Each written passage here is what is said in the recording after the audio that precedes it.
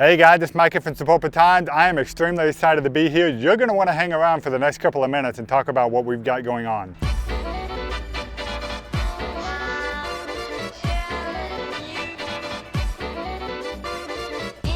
Standing here with Richard Holmes. He is the founder of the wonderful Heart of Route 66 Auto Museum here in Sapulpa, Oklahoma.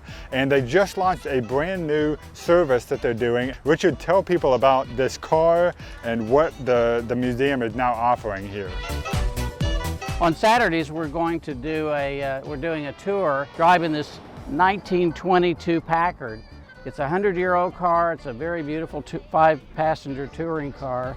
And we're going to drive from the museum to Pretty Water Lake on really windy, tree-lined, pretty roads all the way over, and really have a feeling that you're back in 1922, 100-year-old drive.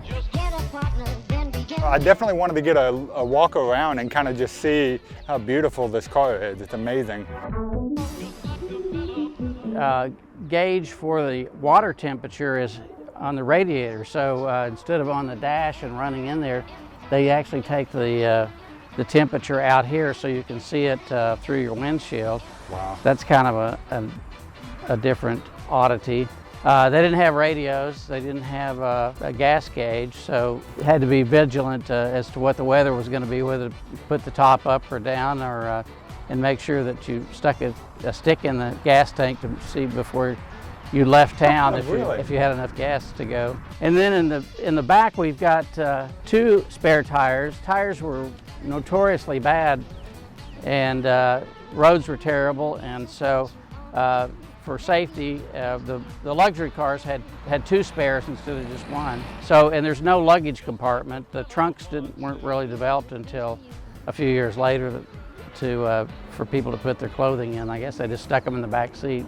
One thing that's different is it's got a stop light. There's only one tail light right here, and then it actually says stop back there.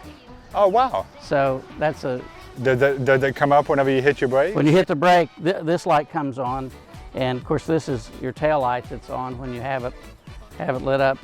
So Richard, tell us about how you actually fire this car up here. Okay, so you have to turn on the fuel pump. It has an electric fuel pump. And then you raise the throttle and turn the timing down, retard the timing. Okay. And then you pull the choke out, and then there's a button to the left of the accelerator that you push the button down, which is the starter button. And when it starts, then you pull the throttle back down a little bit, and you take the timing back up to normal. And of course, you let the choke out. If you know how to start this car, you probably you deserve to take it. Okay. That's funny. Well, I'm excited, man. Let's get this thing fired up, and right. Let's go on that trip. It's going to be awesome.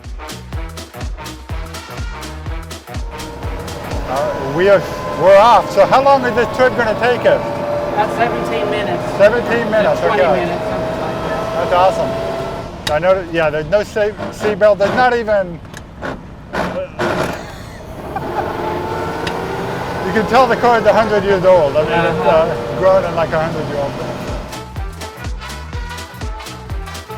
One thing I've been wondering since we got started is how fast does it go from 0 to 60? I think Road and Track reported it would take a day. A day? I don't know.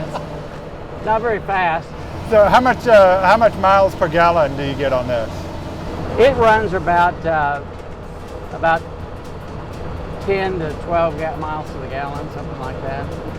10 to 12 miles a gallon? Uh-huh. That's actually not too bad for a 100-year-old car, I would think. Not too bad. So, and how big is the tank? How many gallons is it? It's a 20-gallon tank. Okay. So it looks like even in 100 years, like that hasn't really changed that much. Right. So that's it. And I noticed while we were talking about that, you just had to activate your manual windshield wiper Yeah, there. it got loose on me. And I noticed that it really only takes care of the driver's side. So if you're over here, you're just gonna. You don't matter. Just read a book.